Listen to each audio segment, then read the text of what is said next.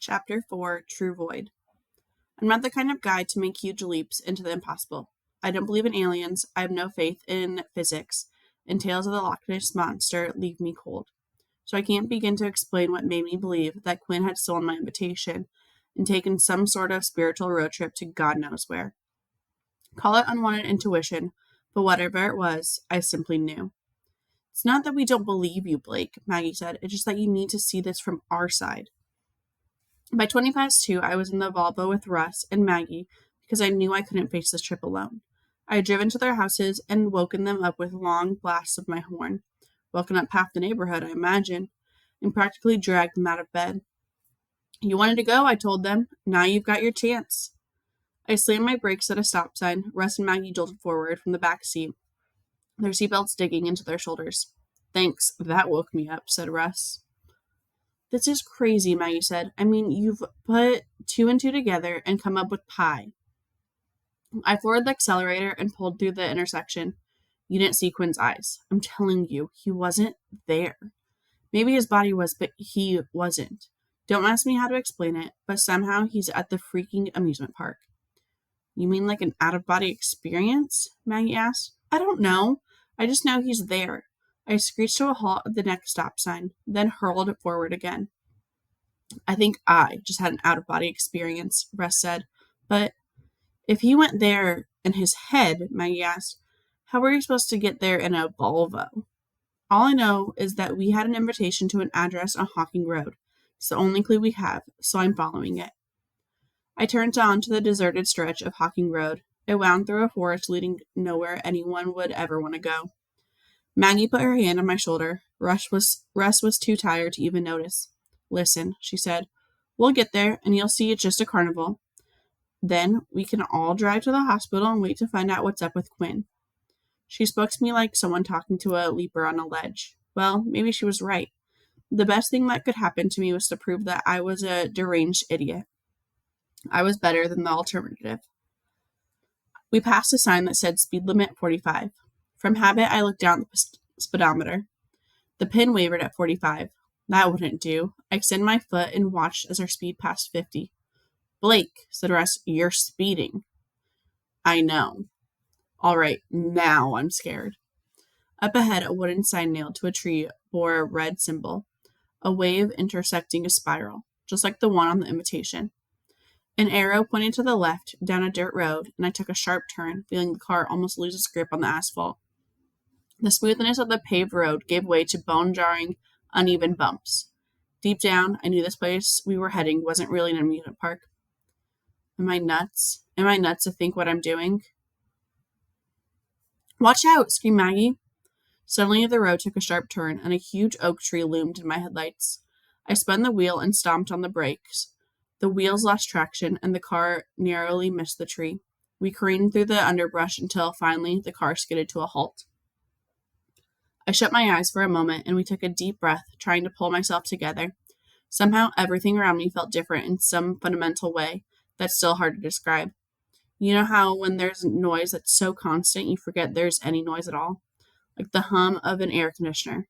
You don't notice the sound until it's gone, and then, for a moment, the deeper silence is so eerily empty. Your brain kind of gets thrown off balance. That's the best way I can describe what I felt as I sat there behind the wheel. Only it wasn't just sound. It was every other sense as well. It was like ripping through the normal fabric of life's noise like a true void. I stepped out of the car. We'd come to a stop just short of a canyon rim. There before us was the old quarry, which had been shut down for years. Only now it didn't look much like a quarry. The crevice below was a fog-filled rift, glowing with colored lights. I could smell cotton candy and popcorn. I could hear the sound of grinding gears, punctuated by the ghostly echoes of screaming riders.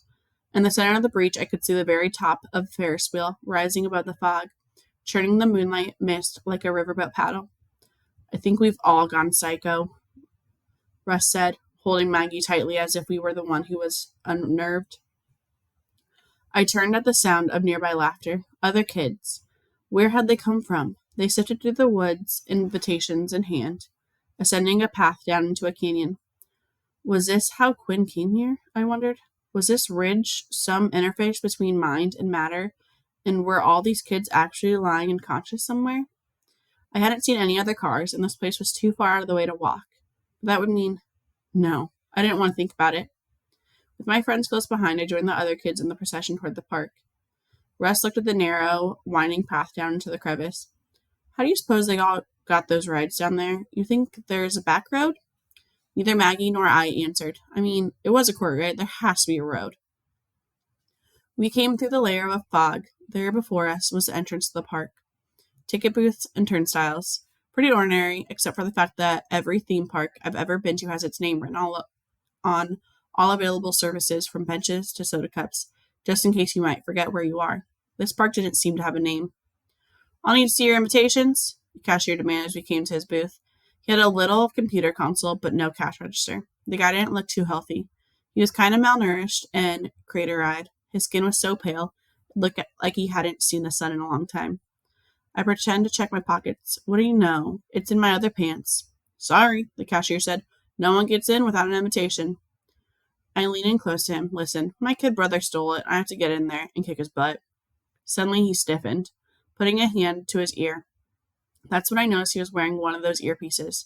You know, the kind the Secret Service wear? He listened to something in his earpiece. Yes, he said. All right. Russ tapped me on the shoulder and whispered easily, Look at that earpiece. Only then did I notice that the wire from the earphone didn't wrap around his ear. It went directly into his head, and I suppressed a shiver. The cashier turned to us. You have permission to enter. Permission from whom? If you have to ask, then you haven't met her. Maybe I have. He punched some keys on the computer. It looks like your brother's been inside for an hour. So there it was. Confirmation.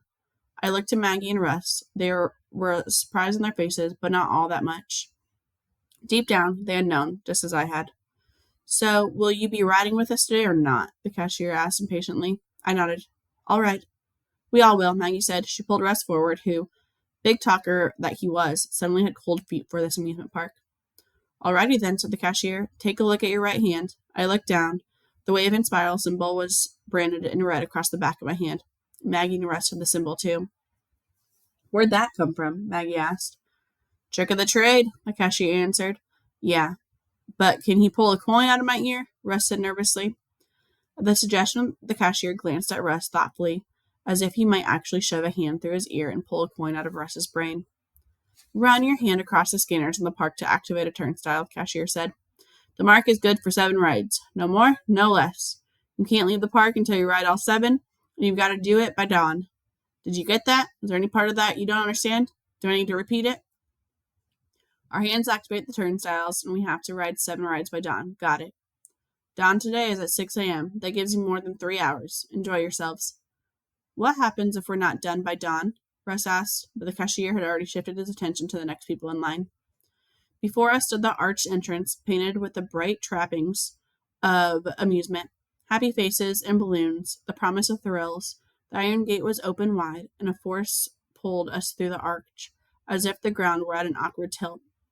Other excited guests pushed in front of us to get through. I thought about Quinn. Somewhere in the outside world, Quinn's body was being shuttled through an emergency room, pored over by doctors, but nothing they could do would help him because he wasn't there. His mind and his spirit were here, and I had to go in, body and soul, to bring him back. I turned to my friends. You don't have to come, I told them. He is my brother. Maggie looked at the entry gate. I could see she was afraid, but she pushed the fear back. If we stepped at the gate, I knew the last threads of sanity that bound together the world we knew, the real world, would pull apart. I could almost feel my fingers holding tightly onto those loose threads, ready to pull on them and make them all unravel. Are you kidding? Maggie asked. Will you ride all alone? Yeah, said Russ, glancing around anxiously as if already looking for a way out. We're here for you, pal. I turned toward the flashing light and led us under the arch, crossing the threshold into the park with no name.